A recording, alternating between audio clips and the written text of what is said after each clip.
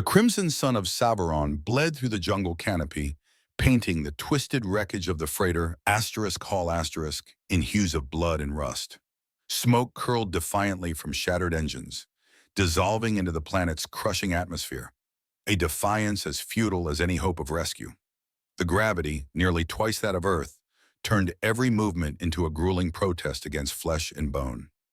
Ethan Drake, pale skin slick with sweat, blood, and iridescent fuel, dragged himself from the debris. His torn flight suit revealed muscles that trembled under Savaron's relentless pull. Earthborn, earth-trained, he was a fugitive from grief. The memory of his wife Sarah and daughter, Emma, crushed beneath a failed crane cable back home. A failure he carried more heavily than any alien gravity. His guilt, an internal wound deeper than any gash, followed him across the stars. A sound, a mocking laugh and scoff drew his eyes upward. Perched on a rocky outcrop, an azure-skinned woman watched him with predator's contempt. Lana, he would learn, with metallic silver eyes and hair braided with bone, assessed his weakness. "You might as well lie back down," she called, her voice melodic but scornful. "Your fragile bones won't last a day in our gravity. Kazavaran will claim you before the second sunset." "I've survived worse," Ethan rasped, the words tasting of ash and copper. Before scorn could escalate, a low primal growl shuddered the air. The jungle exploded, revealing a six-eyed burgundy creature, a spiked half-ton apex predator, a Kazavaran tiger. Its amber eyes locked onto Ethan, recognizing the wounded, isolated prey. "Don't move," Lana hissed, the mockery replaced by grim urgency as she dropped into a defensive crouch. But in those amber eyes, Ethan saw his own reflection. Alone, dangerous, cast out. Instead of fleeing, he stepped forward. The tiger charged. Instinct overriding his pain, Ethan dropped his center of gravity and seized its front paws mid-leap. Savaron's gravity amplified the creature's mass, threatening to shatter him. But a desperate primal power, the same that had moved rubble in a futile search for his family, surged. With a roar that startled Lana, he lifted the massive predator overhead, holding it suspended for 3 agonizing heartbeats. He slowly lowered the beast. "Fragile bones, huh?" he gasped, trembling. The tiger backed away, circling him, predator acknowledging predator. Suddenly, a small, terrified, blue-skinned child stumbled into the clearing. "Lana, the nomads! Hundreds, coming with fire and spears!" Kalia, Lana's niece, screamed, trembling with exhaustion. Lana's contempt was replaced by pragmatic urgency. "Your timing is either very fortunate or very poor, Earthman." Ethan approached the tiger, placing a hand on its massive head. The spines flattened. "I'm coming with you." Lana, after only a moment's hesitation, nodded. With Kalia clinging to her back, Lana set off in an impossible sprint. The tiger, carrying Ethan, followed, accelerating into the crimson wilderness. The planet itself fought them. The ground shuddered, and a rift tore open before them, belching sulfurous fumes. Lana barely leapt the widening chasm, but the edge crumbled, sending her and Kalia sliding toward the abyss.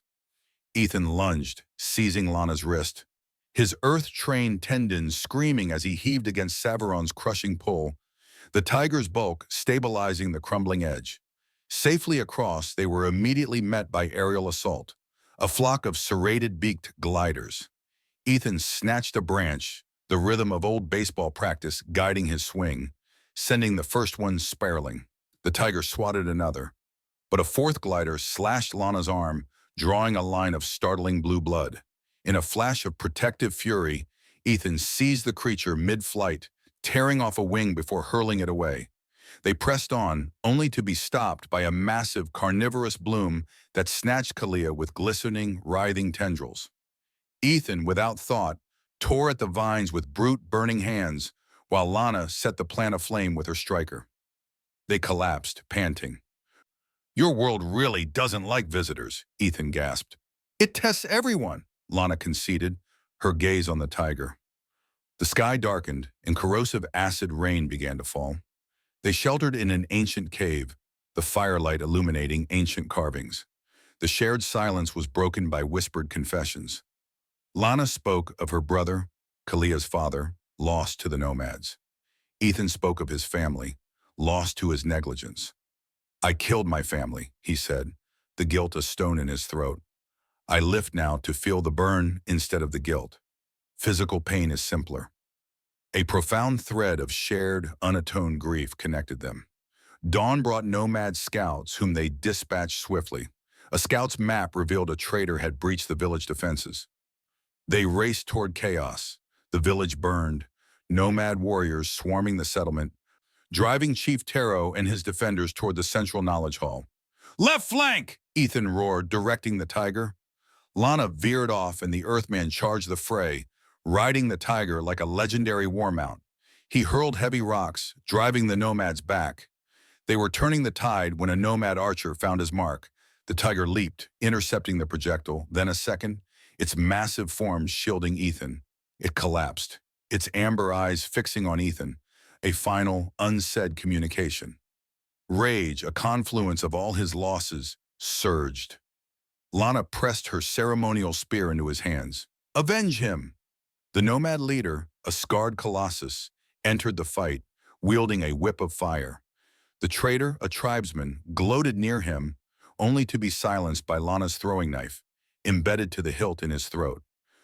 Channeling the scorching pain of the whip across his arm, Ethan lured the nomad chief away, staggering him with the unstable riverbank, then tackled him into the churning water, holding him beneath until the thrashing stopped. Ethan returned, his raw power complementing Lana's deadly precision. Together they drove the remaining nomads into the jungle. Chief Taro, surveying the bloody field, approached Ethan, who was kneeling by the fallen tiger. You lost your friend and saved our people. You belong here now, Earthman, if you wish it. Lana stood a few paces away, her silver eyes now holding reluctant respect. You're stronger than I thought. And you're why I fought, he replied, the simple truth surprising even him. He wasn't just atoning, he was home. 6 seasons later, the great tiger's carved fang became an amulet he presented to Lana at their wedding, a promise forged in fire and loss. Ethan applied his knowledge of leverage to fortify the village. Lana established a sophisticated scout system. Their sons grew fierce and strong, their daughter a strategic hunt leader. Their children with skin of subtle violet were something new under the crimson sun. Decades passed. Ethan's knowledge enriched the knowledge hall. Lana's wisdom tempered her warrior's heart. Seated by the hearth ringed with grandchildren, Lana asked, Do you ever regret it staying? You could have returned to your stars. Ethan squeezed her hand, 2 hands blue and pale, alien and familiar, fitting perfectly. Not for a moment, he replied.